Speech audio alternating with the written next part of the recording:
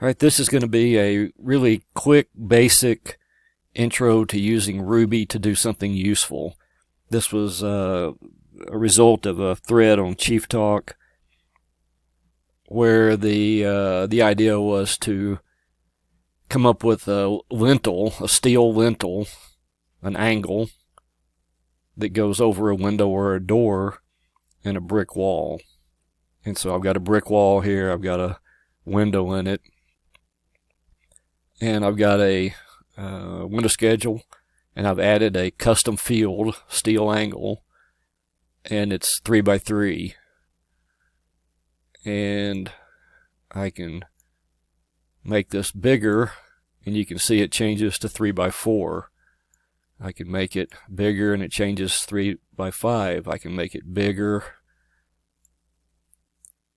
and it says value out of range, and I'll show you how that happens in a minute. But the idea is that if you get too big, you may want to do some special engineering or something. So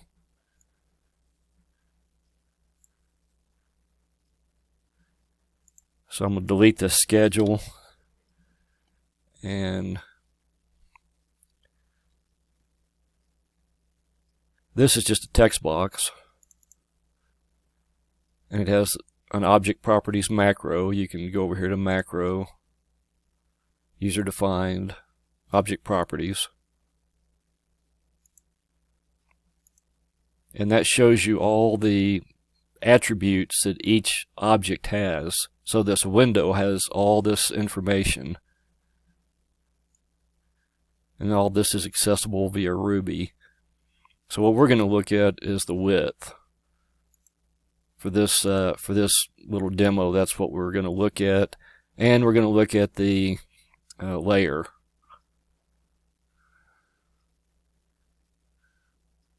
This layer, I've made a new layer called Windows Brick Wall, and I'll show you why and how that works.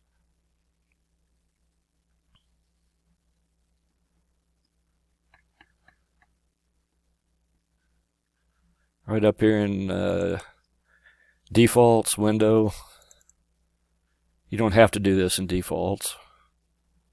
Components, object information.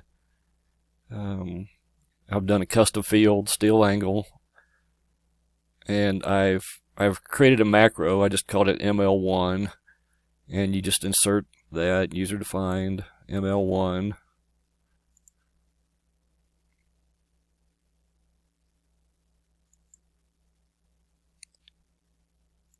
And that way it's there for every window.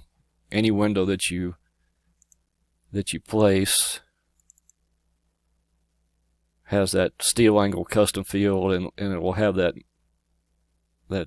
macro in the field value. And then when we go up here to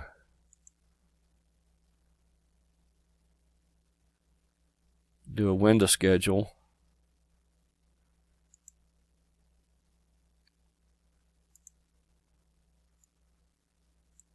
I've got both windows. I'll open up the schedule, and I'll go down here and I'll find that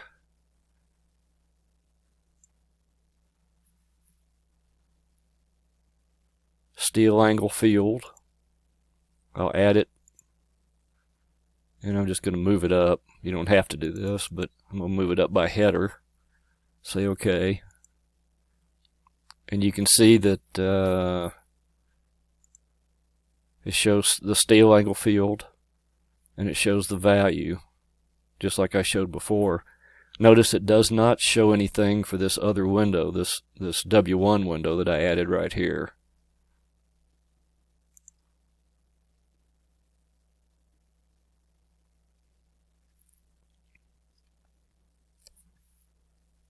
And that's because we'll look at the macro.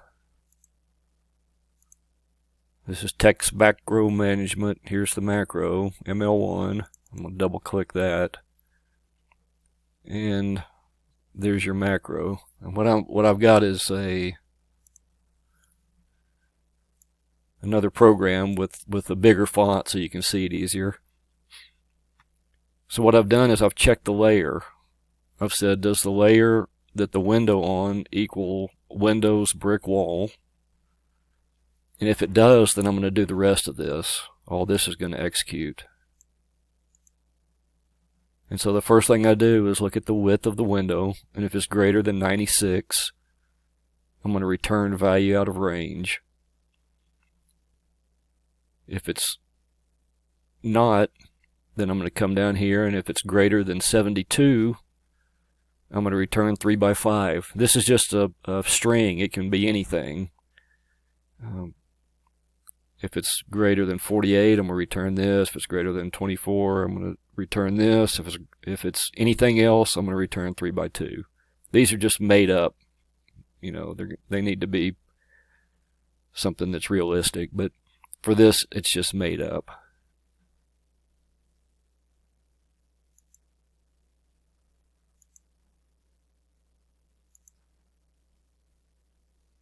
Ideally, you'd be able to query the window and say, what kind of wall are you in? But I don't know how to do that. Maybe some of the more advanced users know how to do that. But ideally, you would say, is this window in a brick wall?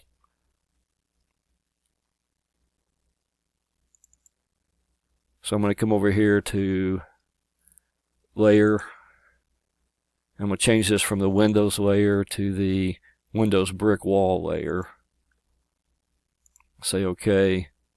And even though it's not a brick wall, I'm just going to say it is for now. And then you notice that W1 window, now it has a steel angle, 3 by 3 in there. And I can make this one bigger. And it changes to 3 by 4. Make it even bigger and it changes to 3 by 5.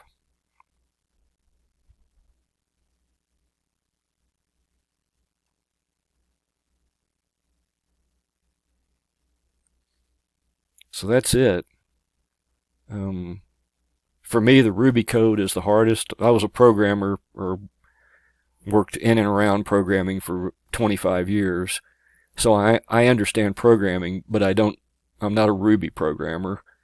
And so the syntax of Ruby always throws me.